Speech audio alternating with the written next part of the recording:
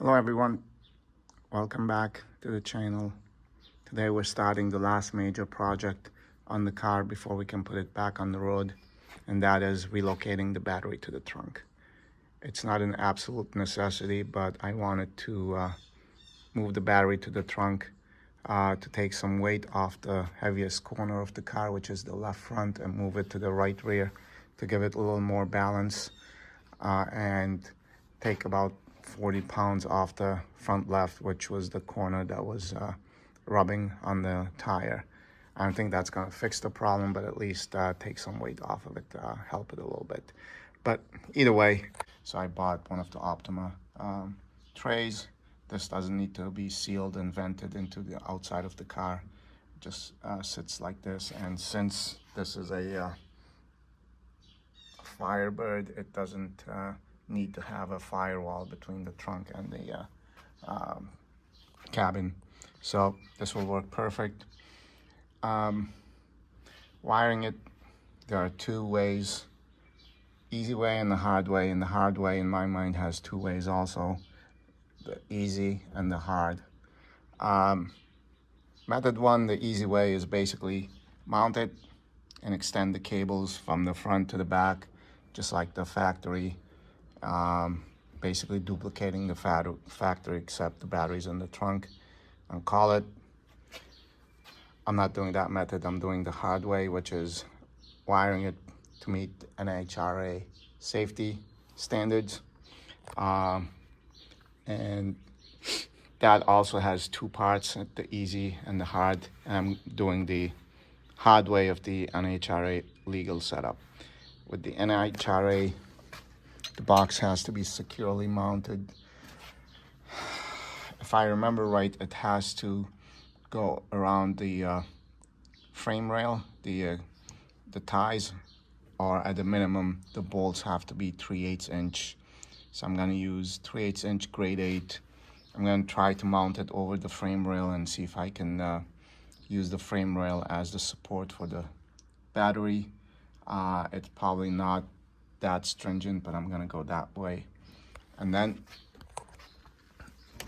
NHRA requires a externally mounted disconnect switch for a rear mounted battery, and there's two styles, a 2-post and a 4-post. I picked up the 4-post because that will give me the ability to kill the alternator also along with the battery.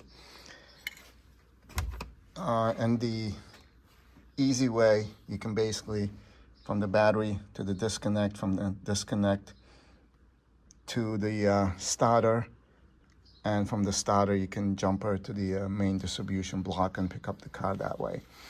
The problem with that setup is that wire from the battery to the disconnect will be live, which is fine.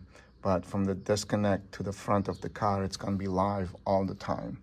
So you have about 15 feet of wire that's going to be hot at all times.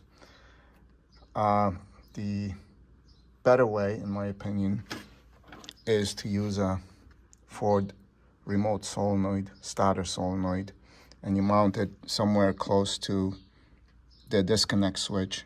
So you'll have this short run from the disconnect to the starter solenoid, and from there it goes to the starter. And what makes this thing great is the solenoid will only be active when you trigger it with your ignition key, and that's what this small post is. That's the wire that comes from the ignition here. So when this is hot, power goes through the solenoid to the starter, starts the car, and then as soon as you let off the key, it'll kill the load side of the relay, and the wire from here all the way to the starter would be dead. But if you do it this way, then your distribution block will not have power at all times. So what you do is run a second lead from the disconnect switch through a fuse and another wire all the way to the front of the car to pick up your distribution block, and that will stay hot at all times as long as the disconnect switch is in the on position, that will have power. And then you have to bring charging wire from the alternator to the battery. And then I'm running a 3-wire GM setup. So there's also a sensing wire. And the sensing wire comes from the alternator to the load side of the second set of contacts on this disconnect switch. So when you flip the switch off, it will kill the sensing voltage to the alternator and kill the alternator that way. So, and that will also need a fuse. I'm running a 105 amp alternator, so I just picked up a 100 amp fuse, and I'll just put that. You can go overkill and put fuse on either end of that charging wire from the alternator to the battery. Since I have 3 sets of 100 amp fuses, I'm just gonna put 1 to the distribution block and 2 on either side of the charging wire, and that should do it. And then the decision is whether to run the wires inside the car to the front or underneath the car to the front. These are number 2 wires I picked up, all copper, to run from the disconnect switch to the distribution block, and then from the alternator to the battery. 12 gauge to run from the sensing wire of the alternator to the disconnect switch. And then I picked up 2-aught copper to go from the starter solenoid to the starter. It's probably overkill, but I'd rather be oversized than undersized. And then 2-aught ground wire. I'm gonna ground the battery to the rear subframe, and then from the battery to the front of the car to the engine block, and then to the front distribution block I had set up. So now I'm just gonna go to the bench and go through the wiring diagram of the car and sketch what I'm gonna do so you guys can see what I'm trying to do here. So let's go to the bench. Here's the sketch of how I'm gonna run everything. Battery on the ground, I'm gonna ground to the frame, and then I'm gonna run another ground to the front of the car, to the engine block, and then from the block to the front subframe, and that will ground everything. So coming out of the battery to the disconnect switch, to the battery side of the disconnect switch, there are 2 sides. It's 4 posts, but it's 2 sides, the A side and the B side. So you just go either side, A or B, run a jumper to the other side, and then out of one of the load sides of the switch, I'm gonna run a number 10 to the sensing post on the alternator, and from the other side of the disconnect switch, I'm gonna run 2-aught to the Ford starter relay solenoid, and then 2-aught going out to the factory starter. Since we're not gonna be sending power from the ignition key to the starter solenoid, what you have to do is run a jumper from the main post on the starter to the post where the ignition key went to, because the output of the ignition key goes to the trigger on the Ford solenoid, and that's just a sensing wire, so it's number 12. It's of note here that in '74 they did a seatbelt interlock, so if that's not functional in yours, or you don't have it, then that doesn't matter. This setup going from the ignition switch through the neutral safety switch, seatbelt interlock, I'm not touching. I'm just taking out the wire that went to the starter solenoid and extending it to the battery, to the trigger on the Ford solenoid, and then just jumpering the starter solenoid. So when this sends power here, it will send power to the solenoid also to engage the starter. Anyways, that's there. We also have number 2 wire from the alternator to the battery to charge the battery. And then we have number 2 going to the fuse block, and out of the fuse block to the front of the car, and distribution block that I had built where the battery sits. And that's gonna pick up headlights, the new electric fans, the new vintage air, and then the existing wiring that used to go from the battery to the main distribution block inside the vehicle. Now it's gonna come from this distribution block where the battery used to be. So that's basically it. It's also of note, my car came from the factory. This is the Pontiac Historical Services document I got for it when I got the car. It has unitized ignition. That was one of only 4 options. The others were AM/FM stereo, 8-track, center console, and the unitized ignition. And the significance of that one here is if you have unitized ignition, you only have to run that 1 wire from the ignition key to the starter. Because it here, if you follow on an 8-cylinder engine, this is the starter. The yellow wire goes all the way up to the ignition coil, but it says if you have unitized distributor, you don't need the yellow, you only need the other wire. And since mine was a unitized distributor engine, it doesn't need that second yellow wire to the starter. It only had that 1 wire for the ignition key to the starter, so that's what I'm gonna do. So now that I have this thing sketched, I can start laying out where everything's gonna go,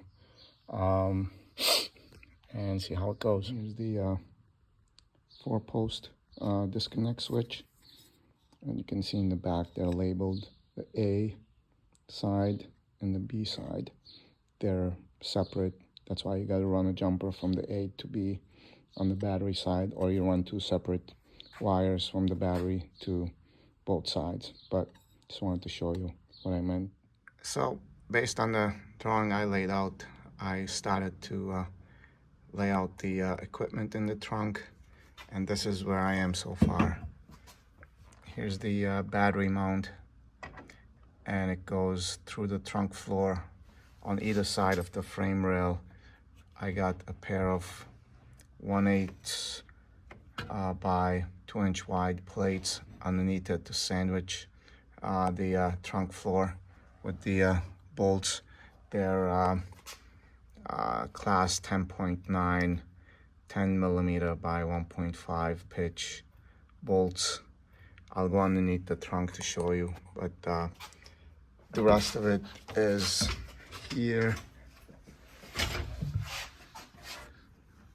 Is the 4-post disconnect switch.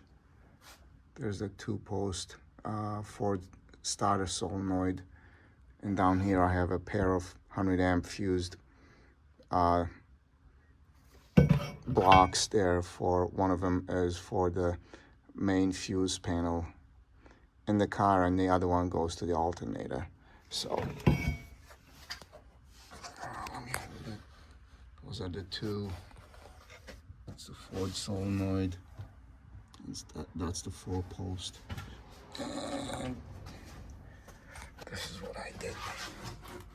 Look, behind the license plate, there's the disconnect switch, and that's where the Ford plate solenoid mounts. I just made up the jumper just to test my terminating equipment, but now that these things are laid out, I can get started on it, on wiring. So let me show you underneath what I did.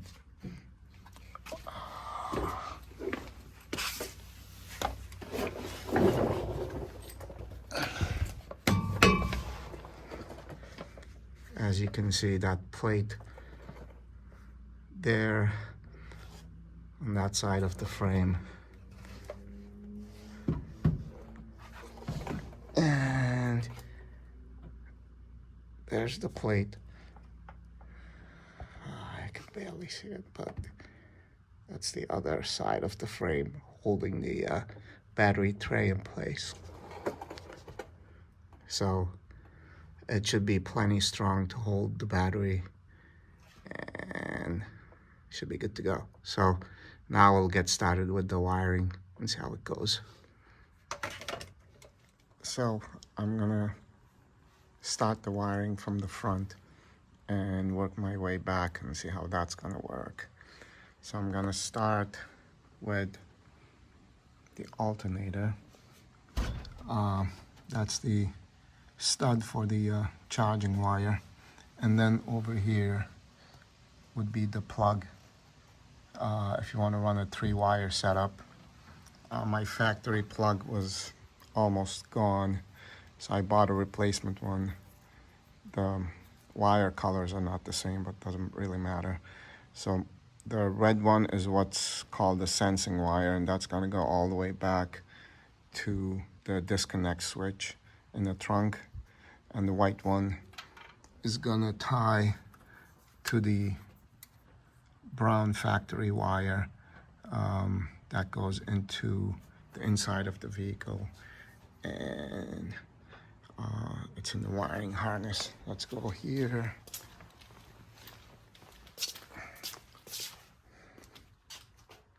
So the alternator, you can see the sensing, and there's the other one. It's the brown wire that goes into the bulkhead on the Firewall. Here is X and C. So on the other end, C and X, you can see the brown wire goes all the way to the steering wheel connector. And I think from there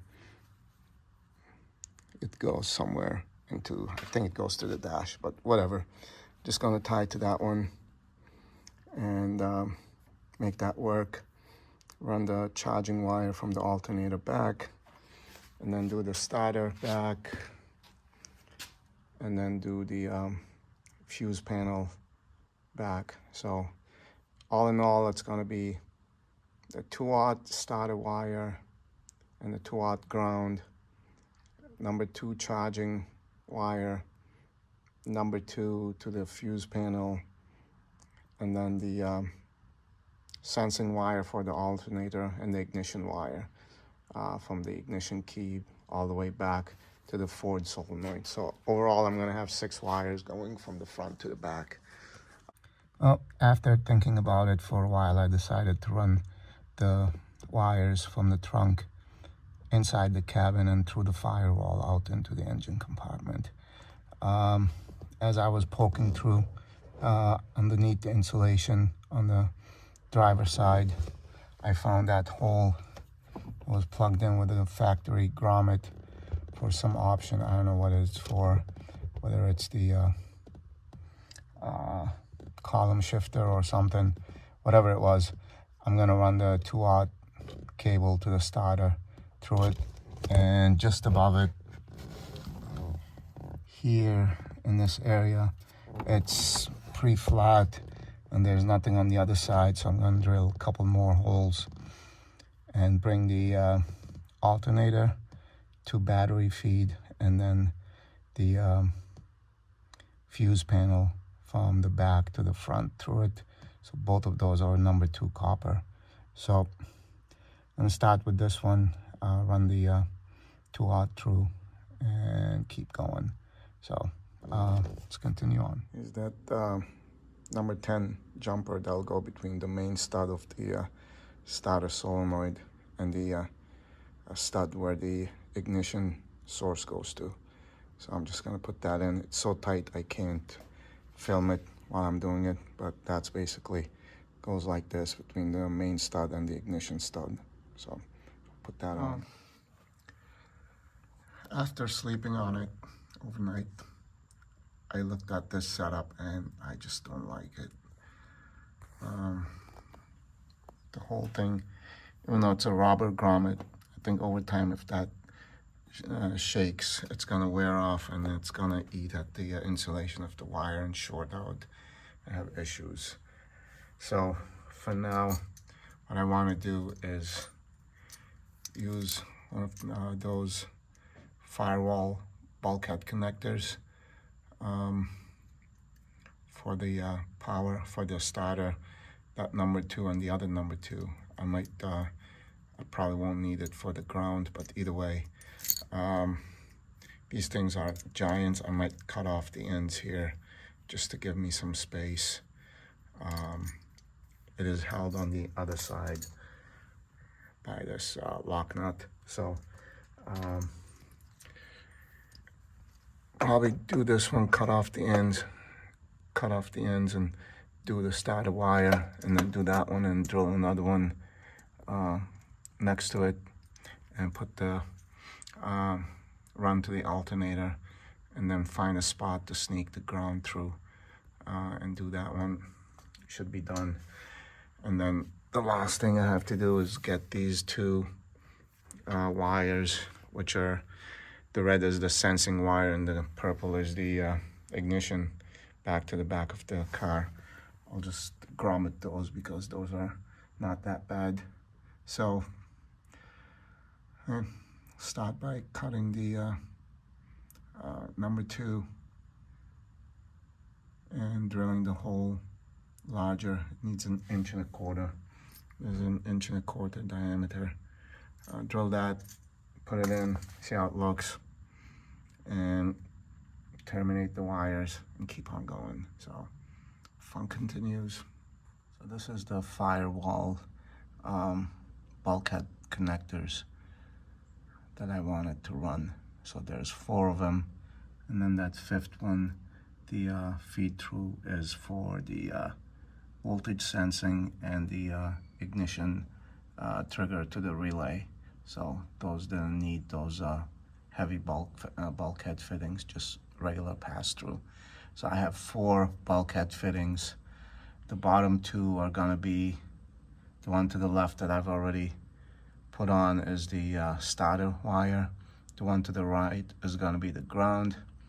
That top one, which is the number 2, that goes to my fuse block there, and that 4th one is gonna go to the alternator up top, and the engine compartment side of the wiring will be done. Then I can move into the cabin and continue on.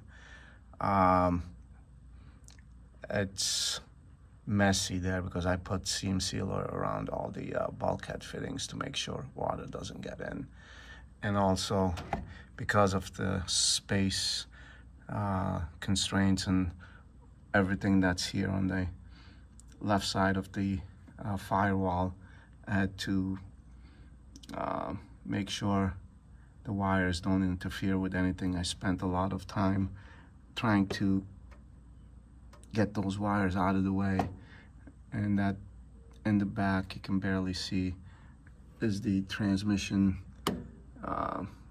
control wire.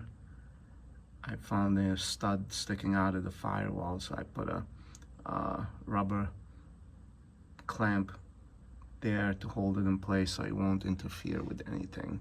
So it's progress. If I didn't take the wheel well out, this was never gonna happen. It was gonna be a mess. So slight change of plans. The feed from the bulkhead connector to the front fuse panel was going through here underneath the control arm and over, and I just didn't like the routing because it was also hitting the steering shaft, and just was not very good layout. So I redid that, and I'm gonna run it over the inner fender and through and into the panel. I got a clip into the header panel there, the radiator support, and I supported it from there and there are a couple spots there. Once the inner fender rides, it will ride on top of it, so it'll be fine. But for now, that's the setup. So we'll continue on little by little. The wire management, making sure the wires don't hit anything, is taking longer than the actual wiring job. So either way, it's a full day. Got the engine compartment side done. Now I get to start. In the back, I took the battery out of the Talon and mounted it there. And now I'll start running the wires. I did run one wire from the alternator from there all the way to where it's gonna go in one of the fuses, and then I'll just continue the rest of it at a later time. So we'll continue on. So for the lugs, these are what I'm using. These are just from Amazon. 2/0 with 3/8 stud. These are 2/0 with 5/16 studs. These are for the Ford solenoid. They have 5/16 studs. Everything else I'm using on the 2/0 end is 3/8 stud. It's a 2/0 with 3/8 stud. There's the 2/0 with 5/16 stud. Number 2 with a 1/4 inch stud. This is for the alternator end. The stud on the alternator is 1/4. It might even be a little smaller, but 1/4 inch fits on it pretty good. And these are number 2 with a 3/8 stud. These would go into the trunk end. So I'm gonna now just do one of the cable ends. I'm using this thing for crimper. I don't have a crimping tool. This is the cheapest one. Put the wire in there and you hammer it. I'll set up the camera and then I'll show you how I do mine. So we'll start with stripping the wire. Roughly that much. With the skinning knife.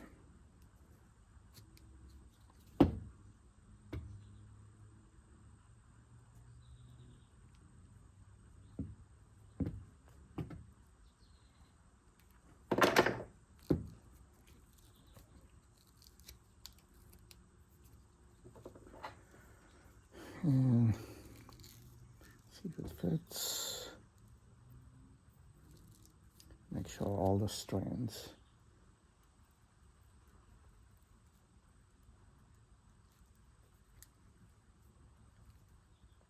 Like that. And we'll get a piece of insulation on top. All right, let's crimp the wire. So after putting the end on, this thing goes up, goes in there. Make sure the wire's in there tight, and all you gotta do is just hit it a couple times.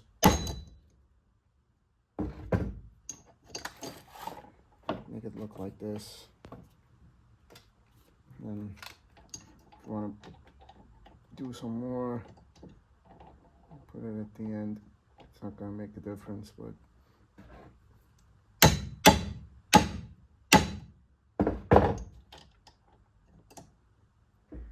more here.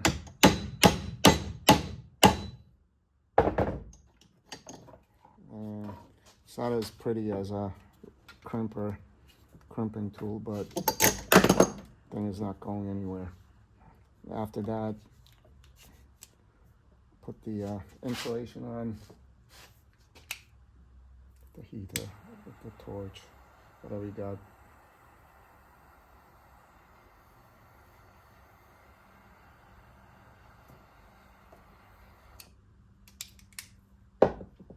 Good to go.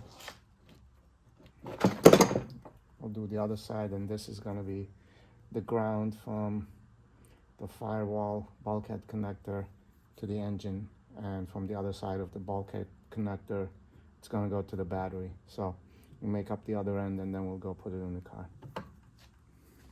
So the wires are run, I'll show you from the other side, underneath the carpet through that existing hole in the divider from the passenger compartment to the trunk.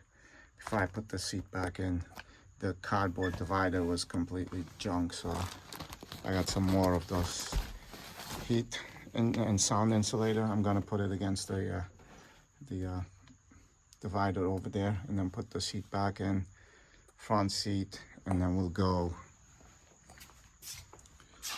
I'll show you the mess of wires in the trunk, what I've done so far. So let's continue on the firewall. My connectors are getting in the way of putting this cover back on, so I'm gonna leave it off for now, but eventually I want to find a replacement piece rather than cut up the original. Get the replacement, cut it somewhere here, and install it back on just to have a more finished look. But for all intents and purposes, the firewall is done. Back seats are in. Over here, all the wires are terminated. We'll go over them, except the battery. I still gotta do the battery, but the interior is done. I'm gonna put the driver's seat, and then once I close the door, that means the interior is done. So, and there it is. The interior is fully assembled and ready to go. Now we'll move on to the trunk. So we're finally done with relocating the battery to the trunk, and I'm now gonna test to see if the switch is doing what it's supposed to do. Let's start with voltage, just to make sure. I got 12.5 volts at the terminals of the battery. So from the battery, the way I have it set up is there's ground to the chassis under the trunk, and then another ground that goes all the way to the front of the car. We'll go there and show you. And then out of the positive, there is a 2-aught that goes to the line side of the 4-post disconnect switch, and the number 2 that goes through a fuse all the way to the front to the alternator. So we're just gonna test the 4-post disconnect switch, see if it's working. So here, let's see if I can set it up where we can see voltage. It's gonna be tough, but I'll just read it out for you. From the line side of the 4-post to ground, I have 12.5 volts. So we're here. The way it's set up is the line side is the top and the load side is the bottom. 2 posts, 2 on top, 2 on the bottom. I've ran a jumper from one line side to the other side, so they're both seeing the same. You can run 2 separates, but since one side is only carrying the sensing voltage to the alternator, I just ran a jumper cable and called it. So now I'm gonna check voltage from the positive, sorry, take that back, and check voltage on the load side of the switch to ground. It's 0, it's 0. The switch is in the open position. So let me close the switch. Yep, something just triggered. See what happens.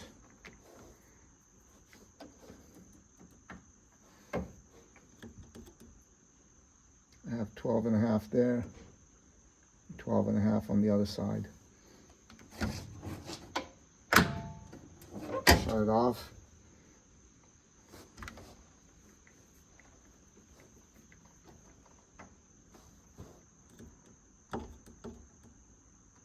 Zero, zero. So switch is good, and now I'm just gonna look over everything else. So the way it's gonna work is just like I drew out in the diagram at the beginning. From the load side of the disconnect, we're gonna run a piece of 2/0 to the Ford remote solenoid,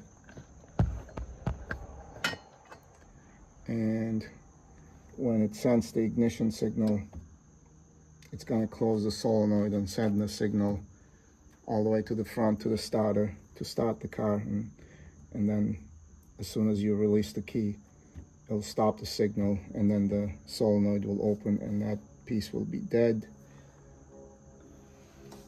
And then we have another number 2 that goes through a fuse all the way to the front and picks up the fuse panel all the way in the front. So that takes care of the distribution up front. So let's go up front and check that out. And the car is on jack stands. I'm going to lower the car and just change the oil, and I'm going to give it a crank, see if it's going to start. I got to figure out whether, I'm guessing there was something that sparked a little bit. I'm going to look through to see what was it that caused it to spark. So the spark we saw when I closed the disconnect switch and was the wire to the front fuse panel. When I put the inner fender well in, somehow it tucked itself between the inner fender and the fender itself, and the screw, one of the fender screws must have scratched it, and that was the reason. That was a 100 amp fuse that like immediately blew, so that was the reason. It was direct short to ground. So rather than opening it up and trying to find where the fault is, add an extra length of number 2 copper. I'm gonna make that one up and replace that and try again, see what happens. And after all that work, one careless mistake, at least it was, that's why we fuse everything, so we don't have any issues like that. So I just ran a brand new cable all the way to the fuse panel. Now we'll put the wheel well back in. This time I'm gonna make sure thing doesn't get pinched between the fender well and the wheel well. Okay, let's try again.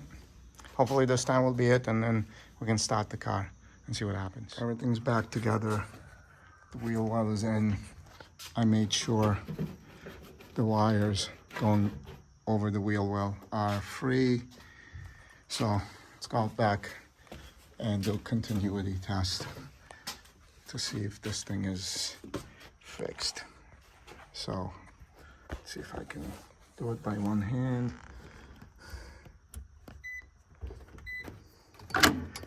Let's test.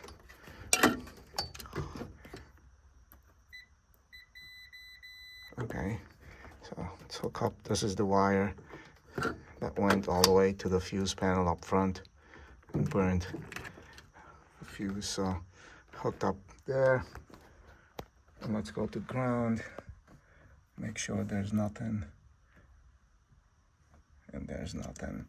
Yeah, let's try it here. We're clear. Let's test it again.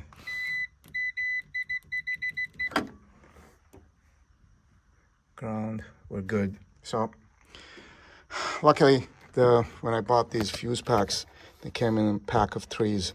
So I have a spare 100 amp fuse. I'll pop in there and we'll try again. The fuses are back in. Let's give the switch a try and see if we get another blowout or we're good. Everything's connected. Oh, good.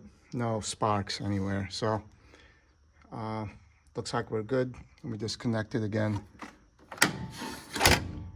So, looks like we're ready to go. Like I said, I'm just gonna go over it quickly. 2 grounds. Let me get the flashlight. I'll show you underneath.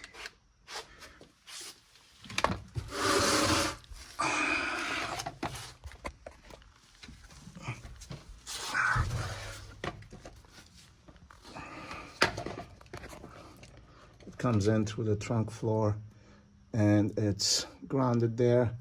I sandpapered and cleared the paint everywhere down to bare metal and connected it there. So that's one ground. And the second one, everything goes through that hole, and I put split a rubber hose and put it there, so you can see the where the opening is, so the wires won't rub against the metal, and everything is in wire looms except the ground. So everything goes through there. And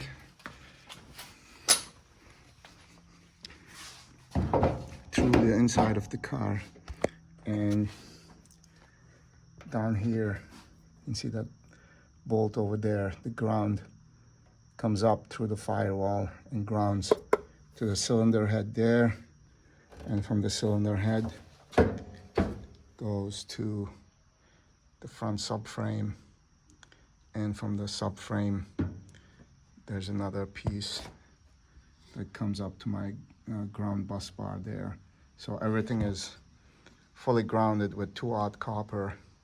I might, from that back cylinder head or from the firewall grommet, run another one. Actually, take it back. From the cylinder head I might run to the firewall somewhere, but everything is fully grounded, so we're good to go.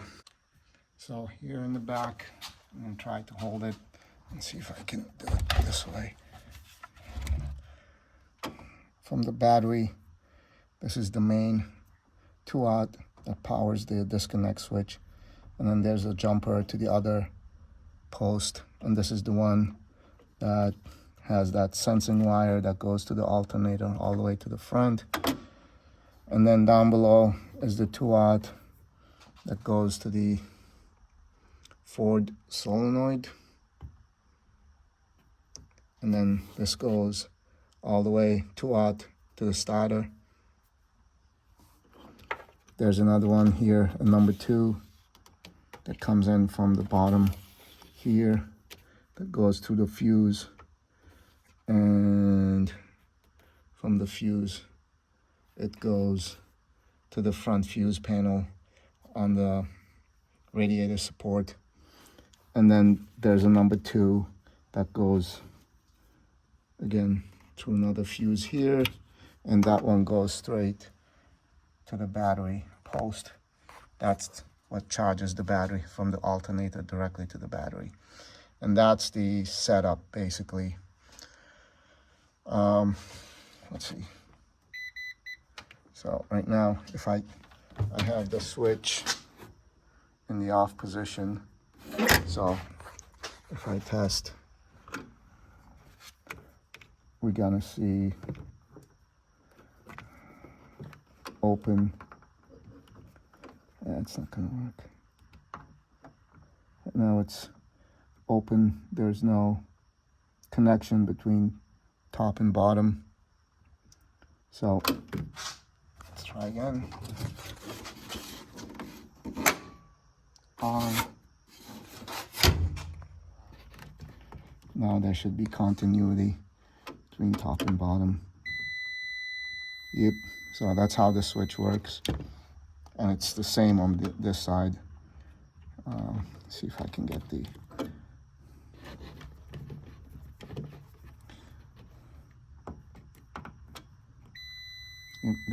There's the other set of contacts.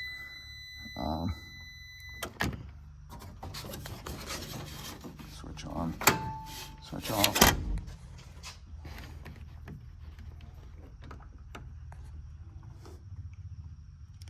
nothing. So switch work, wiring works.